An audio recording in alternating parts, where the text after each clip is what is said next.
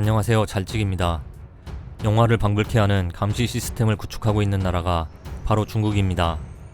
안면인식 기술이 상상을 뛰어넘는 속도로 발전하고 있는데 이 분야의 선두주자가 중국입니다. 현재 중국은 뛰어난 인식기술과 인공지능이 결합하여 촘촘한 감시 체계를 구축했습니다. 2020년까지 6억 대 이상의 카메라를 설치할 예정입니다. 중국의 안면인식 기술은 성별과 인종, 나이, 쌍둥이까지도 구분할 수 있을 정도로 발전됐다고 평가받고 있습니다. 공공장소에 나타난 범죄자를 검거하는 데 중요한 역할을 하고 신호 위반이나 과속을 한 자동차에 대해서 곧바로 벌금이 통보되기도 합니다. 심지어 무단횡단한 시민들도 곧바로 휴대폰을 통하여 벌금 문자를 통보하고 전광판에 얼굴 사진을 띄워 망신을 주기도 합니다. 시민들은 안면인식 기술 시스템을 이용하여 각종 결제와 대중교통을 이용하고 있습니다. 이러한 시스템은 범죄자 검거와 사회 안전을 위한 명목으로 마련됐으나 전국민 감시와 사생활 침해, 정부 체제 강화를 위한 불법 사용 우려가 끊임없이 제기되고 있습니다. 현재 중국은 휴대폰을 개통할 때 무조건 얼굴 사진을 등록하여야 합니다. 정면의 모습뿐 아니라 옆모습, 심지어 눈을 깜빡이는 사진까지 등록하여야 합니다. 이런 과정을 통해서 대포폰 등의 문제는 사라졌으나 휴대폰 사용자의 모든 정보가 자동적으로 국가에 등록됩니다. 중국 공안의 얼굴 인식 스마트 안경은 동시에 10,000명의 사람을 탐지할 수 있습니다. CCTV에 포착된 안면인식 기술은 신분증과 연결되며 과거의 행적까지도 알 수 있습니다. 범죄 용의자 추적 시스템인 텐왕은 14억 전체 인구를 1초 만에 스캔할 수 있을 정도로 기술이 발전했습니다.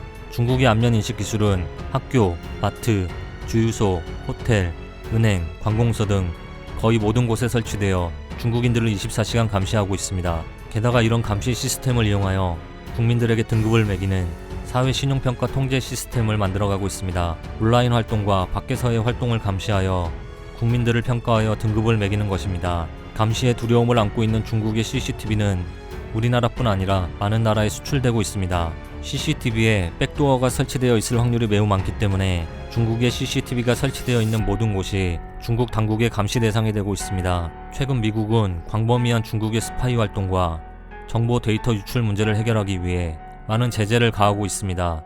미국뿐 아니라 여러 나라에서 제재에 동참하고 있는 현실에서 최근 유엔에서는 이러한 현실과는 반대되는 행보를 하고 있습니다.